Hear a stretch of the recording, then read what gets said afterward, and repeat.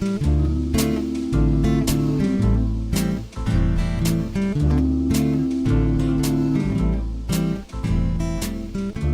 The Log. I'm Charles Purcell. Tuesday, December 1st. Oh, man. We finally get to flip that calendar page. 50 days to inauguration. Man. I thought time was supposed to go faster as you got older. And I'm rapidly getting older, but time is not going faster for me these days.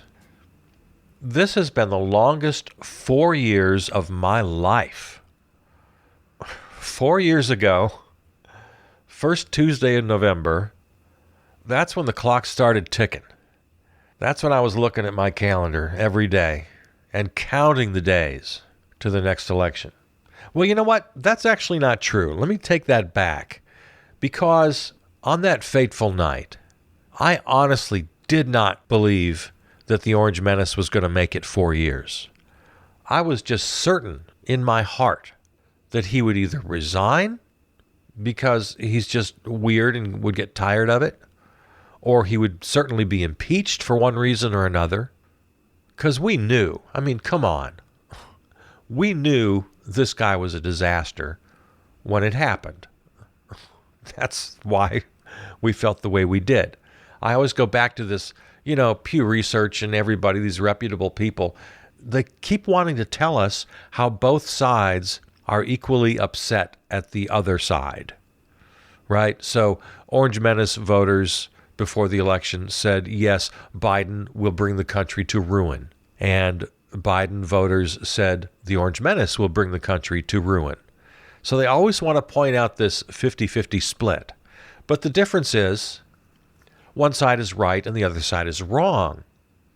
So they always want to focus on this 50-50 split without pointing out the obvious that one side is obviously 100% wrong. I digress from my original point, which is time, which keeps on slipping into the future. It's slipping very slowly. Oh my God, the molasses pace. Counting down the last 4 years every day. Getting to the election was such a slog. But then it finally happened. Oh, aren't we happy, right? It only took a couple days to finalize things. The election really wasn't all that close at all. Comparatively speaking, it really wasn't that close of an election. A difference of 6 to 7 million in the popular vote. A more than respectable margin in the Electoral College. So we finally get to that. But now the clock starts ticking again. At Inauguration Day. Oh, mercy. Can't we just get there? I've always been a proponent of, and I've called for it. I don't care if it's the day before the election. I don't care if it's the day before inauguration.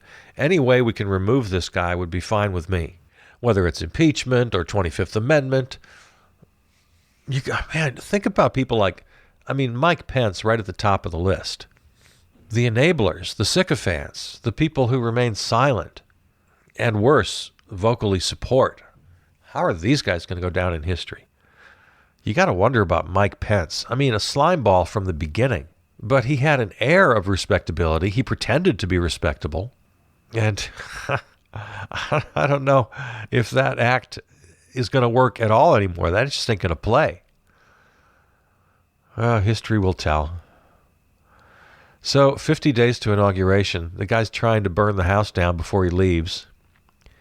The whole idea of firing somebody and before you fire them, you make sure that security is right there ready to walk them out the building. I have a new appreciation for that. That's exactly what needed to happen here. Man. So we turn the calendar page on November. It's now December, the unofficial beginning of winter. What do they call it? Meteorological winter? I forget. I think that's what they call it. The weather people prefer the method by which winter is defined by December, January, February. Spring then begins March, and it's April and May. Summer is June, July, August. fall then is September, October, November. That makes much more sense. I know the moon and the sun and the stars and they make the rules. And the solstice, I have a great affinity for the solstice. You know me, I always mention it when it comes around, and I love it, and I love how it moves the tides in the oceans and the tides in our bodies, and the stars align, and it's all kind of a wonderful thing. So I'm not poo-pooing that at all. But at least here in the part of the country where I live, coming to you from River West, the greatest neighborhood in the world, Milwaukee, Wisconsin, those 3-month demarcations make more sense. So we begin meteorological. Is there an extra syllable there? Meteorological. I'm sorry. Yeah, it's meteorological winter starting today. Today's the anniversary. December 1st is the anniversary of Rosa Parks refusing to give up her bus seat for a white passenger in Montgomery, Alabama. December 1st, 1955. So let's see, let's do some math here. 65 years ago today. We love Rosa Parks. Not just a tired little lady, but an activist in her own right. If you don't know the Rosa Parks story, I suggest you do a little reading today. That's the nice thing about anniversaries. It gives us an opportunity to go back and think a little bit, read a little bit. The bus itself, I did not know. Speaking of reading up on things, it's in the Henry Ford Museum, of all places, in Dearborn, Michigan. The Rosa Parks bus was built by Henry Ford in a factory in Pontiac, Michigan. It rolled the streets of Montgomery, Alabama, and then rolled into history on this day in 1955. Eventually wound up in Dearborn, Michigan, in the Henry Ford Museum. So, okay. Henry Ford was a mixed bag. Actually, kind of not bad, the way he treated his workers, and the 5-day work week and the 8-hour day, and he was ahead of his time regarding race relations, and paid his workers twice the going rate. But then he was also vehemently anti-union and troublingly anti-Semitic. So, yeah, Henry Ford, we don't get into all of that. Of course, I just told you everything I know about him. I don't really know that much about him. But the fact that it's in the Henry Ford Museum, yeah, okay. I kind of wish that the Rosa Parks bus was at the National Civil Rights Museum. Now, there you go. That's a place. If you've never been, I recommend the National Civil Rights Museum in Memphis, Tennessee. They built it adjacent to the infamous Lorraine Motel, where Martin Luther King was gunned down, assassinated in 1968. So they built this very wonderful museum adjacent to the motel. The original sign and design and furnishings of the motel itself have all been refurbished and restored, and it's quite a wonderful thing. The museum itself is comprehensive, and it's very well laid out, and it's a very moving experience if you've never been. I recommend it. King's room has been preserved and is presented exactly as it appeared that night. The entire front wall from the hallway of the motel is glass, so you can see into the room. And Rosa Parks' bus, well, a replica, an exact replica of the bus, is at the National Civil Rights Museum, and you can walk into the bus, and it's a really kind of a great experience. As I understand it, the actual bus at the Dearborn Museum, the Henry Ford Museum, you can also walk onto that bus. They allow visitors to board the bus, which is really great. I'd like to do that myself. Maybe I'll go over to Dearborn one of these days. So, 3 cheers for Rosa Parks today. Lived to the ripe old age of 92. Lived a full life. Was honored in her lifetime, which is good. So, a well-respected figure of the civil rights movement. When she died in 2005, she was the first woman to lie in honor in the Capitol Rotunda, and only the 31st person overall to receive that honor. There's no national holiday. A couple of states commemorate her birthday, and a couple of states commemorate today as Rosa Parks Day. Ohio and Oregon have commemorations today, December 1st. So, thank you, Rosa Parks. I'm certainly not the first one to point out the notion that for years now we've been looking back at the sort of classic civil rights movement of the late 50s and 60s. And the question always was, well, what would I have done if I had been in the middle of that? Which side of things would I have been on? And I think 99% of people look at that and say, well, of course, I would have been with Rosa Parks and Martin Luther King, not knowing or not recognizing that Martin Luther King and other civil rights leaders were wildly unpopular among a great segment of the U.S. Then you get into people like Malcolm X or Muhammad Ali. Now we have unfavorable ratings through the roof. So you better stop and think and take an honest look at yourself and your surroundings and think, well, where would I be? Because that answer has become a lot more obvious now in our current era, from Trayvon Martin to George Floyd and all the rest, and Black Lives Matter, and the summer of 2020, and the current state of affairs. If you wondered where you would have been then, we'll take a look at where you are now. Oh, well, of course, black folks should have equal rights, but they shouldn't block traffic, and they shouldn't break windows and start fires. Why can't they just behave? I'm the least racist person you know. Yeah, as bad as the white supremacists are, the 3%ers and the Proud Boys and the Boogaloo Boys and all the rest of them, and the classic KKK, as bad as they are, it's those teary-eyed centrists that really get me. Whether they self-describe as conservative or liberal, they're in this milky center. Well, I'm not racist. There's not really any institutional racism. People just need to live their lives. I don't care if you're red, yellow, blue, green, or purple. God, I hate that. And it's so wrong. And if you catch yourself having such thoughts or expressing those ideas, I'm not going to lecture you today. I'm just going to ask you to think, to explore honestly where you stand. Just get all by yourself in a dark room. Nobody has to see you. I'm not asking you to do anything in public. Just get by yourself with your thoughts and think about Rosa Parks today. Think about George Floyd today. Think about where you are. Because it matters. It matters where you are. It absolutely matters. You make a difference. You have an impact on how this all comes out. And you have a choice on what side of the line you want to stand on. I know you're pretty sure of yourself. And as we speak so pleasantly here right now in this moment, you're probably comfortable with where you are. Now, I'm okay. But here's what I'm asking you. At some point today, turn off your phone, sit alone with your thoughts, and think about it.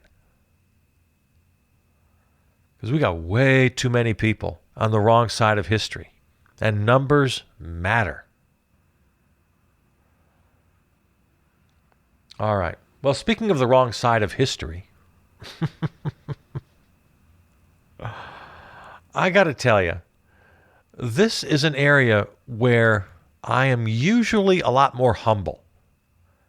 Matters of the Supreme Court. We've got constitutional scholars.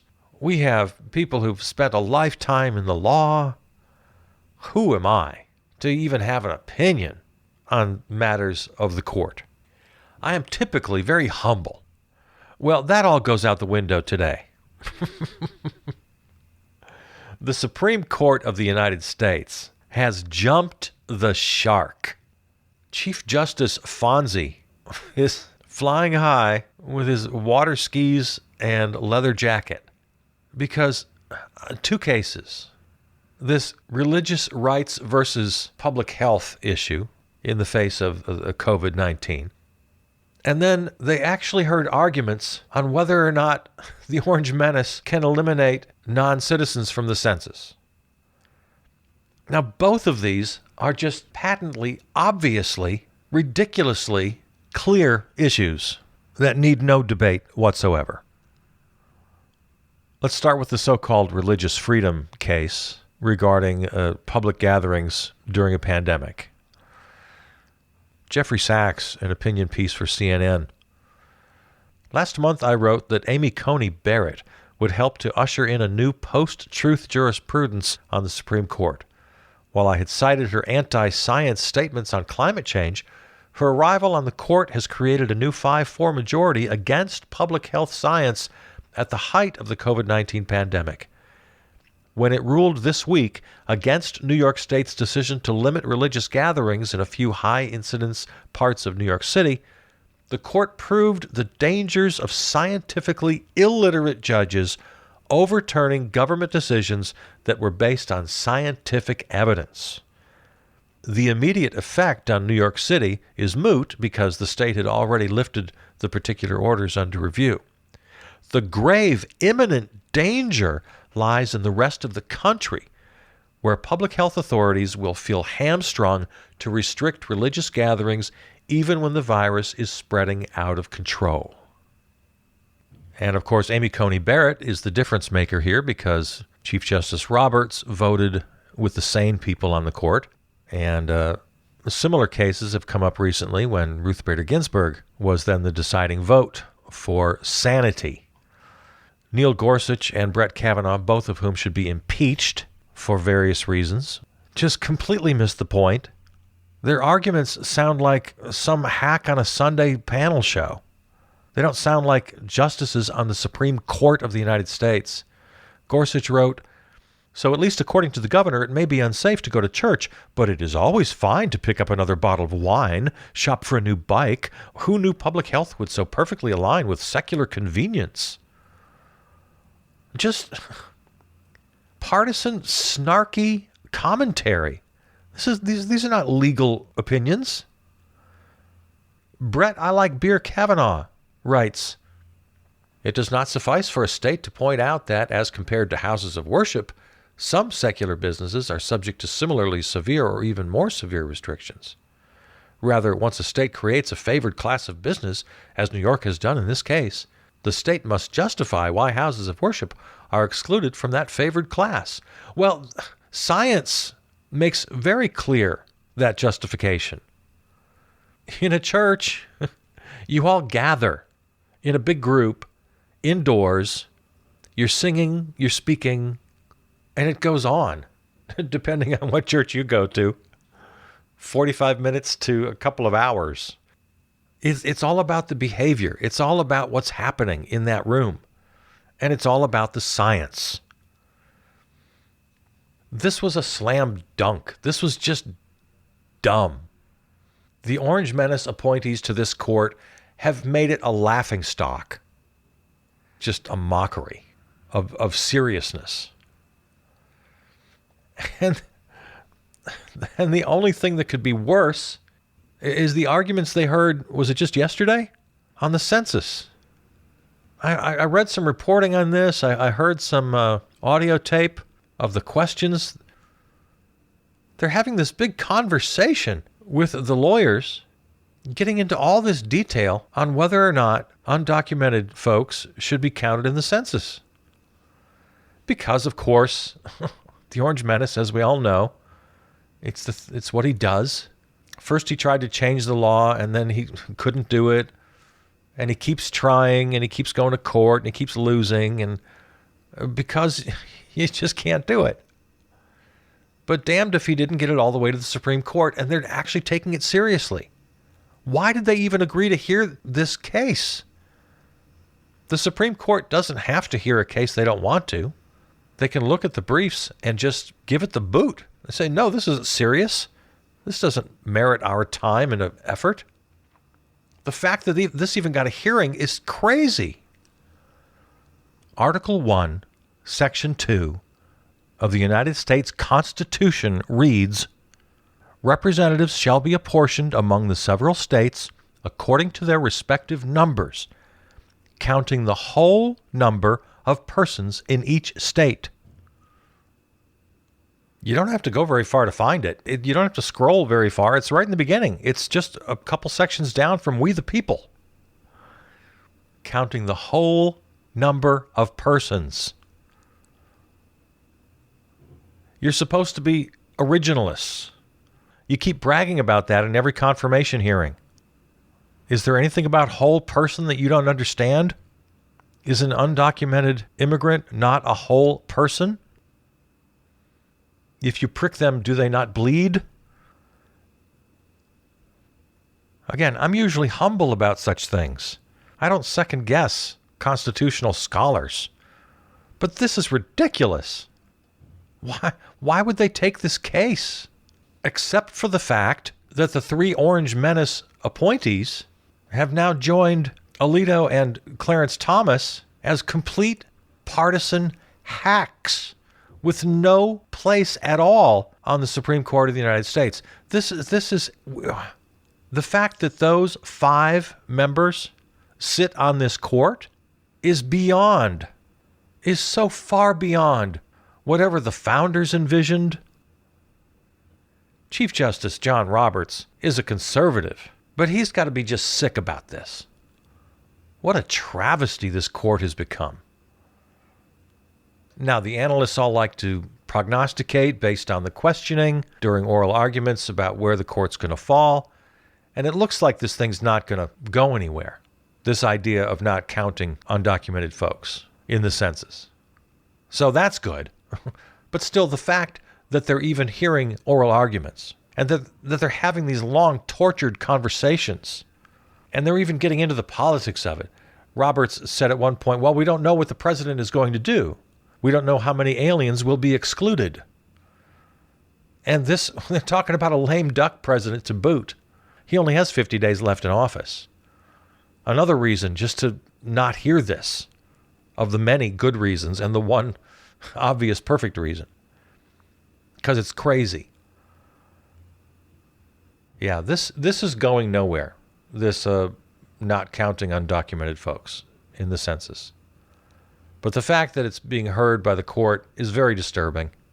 And this crazy, crazy decision about public safety versus so-called religious freedom really just shows how extreme the current court is. So we haven't heard much about the so-called court packing since the election. It was a big topic of conversation right before the election. So I'll be curious to see if anything happens on that front. But we absolutely need to address this at some point. Some sort of court reform, because this is quite a motley crew here we've got. And who knows where Joe is going to go with this. So far, he has rolled out his communications team, his economics team, his foreign policy team. I mean, he's really getting down to it here.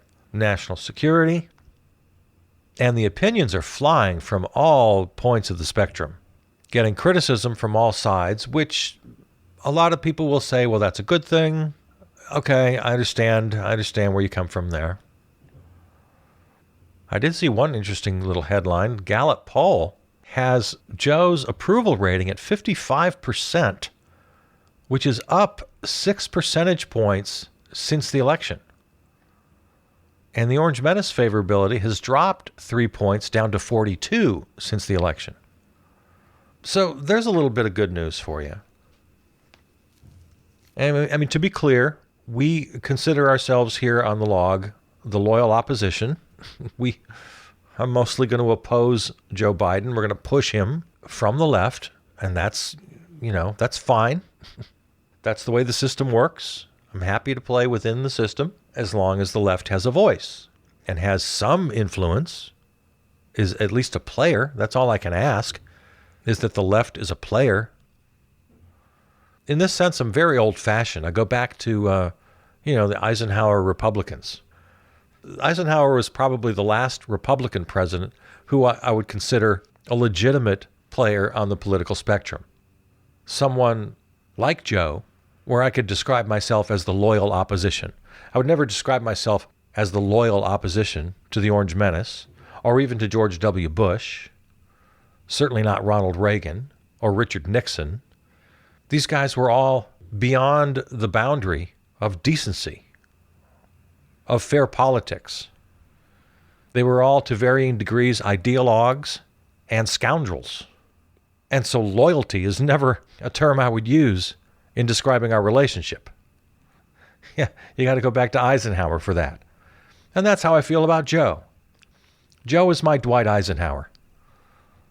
He's a decent person, doing his best, and he's way further center and further right than I think we ought to be, so I oppose him. But I'm loyal to him in the sense that, yeah, he's the president. I recognize that. And he's a decent person and he's doing his best. We just disagree. So I'm happy that he's got a 55% approval rating. Something, by the way, that the Orange Menace never achieved. I love that about him. He'll go down in history as the only president ever. He stands alone in so many ways, but he stands alone as the only president to never crack 50% in the approval ratings. Never once. Never cracked 50. And he's dropped now to 42. So that's a good sign, because in our whole big tortured conversation about how we're going to get along and what we do with the deplorables and, the divided nation thing, one thing remains true, regardless of your opinion on all of this. One thing is undeniably true. People like winners. People love to jump on bandwagons. And Joe won. So he's got some bandwagon jumpers.